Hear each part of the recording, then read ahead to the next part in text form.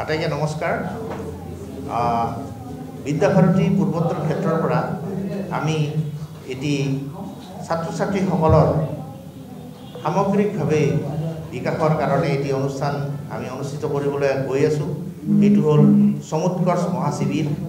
আৰু এই সমুৎকৰ্ষ মহাশিবিৰটো অহা 29, 30, 31 তাৰিখে সৰুসজাই ষ্টেডিয়ামত অতি বহল ভিত্তিত এইটো অনুষ্ঠিত কৰা হ'ব।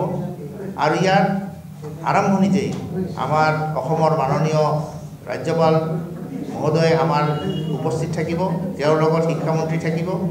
আৰু ইয়াৰ পিছতে 30 তাৰিখে আমাৰ যি বিভিন্ন 7খন ৰাজ্যৰ যে ছাত্ৰ ছাত্ৰীসকল আহিব, তেওঁলোকৰ মাজত কিছু আমাৰ সাংস্কৃতিক অনুষ্ঠান হ'ব। আৰু সেই অনুষ্ঠানটো মুকলি কৰিব আমাৰ ত্ৰিপুৰাৰ গভৰ্ণৰ মহোদয়। ইয়াৰ পিছতে আমাৰ যিটো সমাপন সমাৰোহ হ'ব 31 তাৰিখে 2 বজাত, এই সমাপন সমাৰোহত আমাৰ বিশিষ্ট অতিথি হিচাপে মুখ্য অতিথি হিচাপে থাকিব আমাৰ মাননীয় মুখ্যমন্ত্ৰী ডক্টৰ হিমন্ত বিশ্ব শৰ্মা। আৰু তেখেতৰ লগত আমি সকলোখন ৰাজ্যৰ আটাইবোৰ আমি মুখ্যমন্ত্ৰীক আমি আমন্ত্ৰণ জনাইছোঁ। আৰু সেই আমন্ত্ৰণ কৰ্মে তেওঁলোক কিছু আহিম বুলি কৈছে, আৰু যদি কিবা কাৰণত তেওঁলোকে নাহে আন মন্ত্ৰীকো পঠিয়াব। আৰু সেই দিনাখন সমাপন সমাৰোহত আমাৰ একেলগে গোটেই উত্তৰ পূব ভাৰতৰ 5000 ছাত্ৰ ছাত্ৰীয়ে কিছু শাৰীৰিক প্ৰদৰ্শন কৰিব আৰু লগতে ঘোষ প্ৰদৰ্শন কৰিব। মানে আমাৰ আৰ্মিত যিটো বেণ্ড বজায় সেই তেনেকুৱা ঘোষ প্ৰদৰ্শন হ'ব। গতিকে এইটো এটা জাকত জিলিকা এটা অনুষ্ঠান হ'ব। আৰু এই অনুষ্ঠানটো চাবলৈ আমাৰ সেইদিনাখন আমাৰ পৰিয়ালৰ মানে যি বিদ্যাভাৰতীৰ পৰিয়ালৰ লোকসকল আছে, তাৰ উপৰিও আমি বিভিন্ন আমাৰ সমাজৰ বিভিন্ন সকলো লোকক আমি প্ৰায় 20-25 হাজাৰ এনেকুৱা এটা গেডাৰিং আমি আশা কৰিছোঁ। আৰু সেইদিনাখন সেইটো হৈ আমাৰ 2 বজাৰ পৰা আৰম্ভ হৈ আমাৰ 5 বজাত শেষ হ'ব।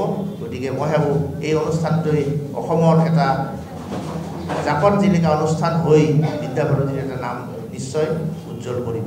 এতিয়ালৈকে বিদ্যাভাৰতীয়ে এতিয়ালৈকে যিবোৰ অনুষ্ঠান আয়োজন কৰি আহিছে তাৰ ভিতৰত এইবাৰৰ এইটো প্ৰথম প্ৰচেষ্টা এনেকুৱা সৰ্ববৃহৎ ফাংচন আয়োজন কৰাটো।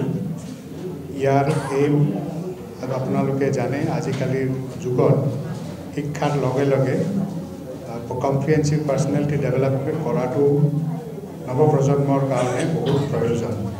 গতিকে কম্প্ৰিহেনচিভ পাৰ্চনেলিটি ডেভেলপমেণ্টৰ কাৰণে এই মহাশিবিৰটো 3 দিনীয়াকৈ চলোৱা হ'ব। ইয়াৰ আয়োজন আমি বিভিন্ন বিভাগ গঠন কৰি পেলাই তেওঁলোকৰ থকা 5000 ছাত্ৰ ছাত্ৰী থকাৰ কাৰণে তেওঁলোকৰ খোৱা বোৱা, তেওঁলোকৰ স্বাস্থ্য, হাইজিন, চেনিটেশ্যন সকলোবোৰ ব্যৱস্থা সৰুসজাই ষ্টেডিয়ামত বিতংভাৱে কৰা হৈছে। তাৰ অলৰেডি আমি 27 তাৰিখে এই ব্যৱস্থাবোৰ আমি সম্পূৰ্ণ কৰি পেলাম। আৰু এই কেম্পত 5000 ছাত্ৰ ছাত্ৰীৰ উপৰিও ফাইনেল দিনাখন আমি 20ৰ পৰা 25,000 তাত য'ত মানে ছাত্ৰ ছাত্ৰীসকলৰ উপৰিও প্ৰাক্তন ছাত্ৰ ছাত্ৰী, অভিভাৱক আৰু আচাৰ্য আৰু পৰিচালনা সমিতিৰ সদস্যসকলো উপস্থিত থাকিব।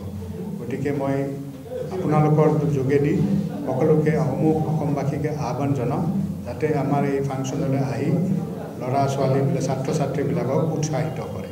ধন্যবাদ।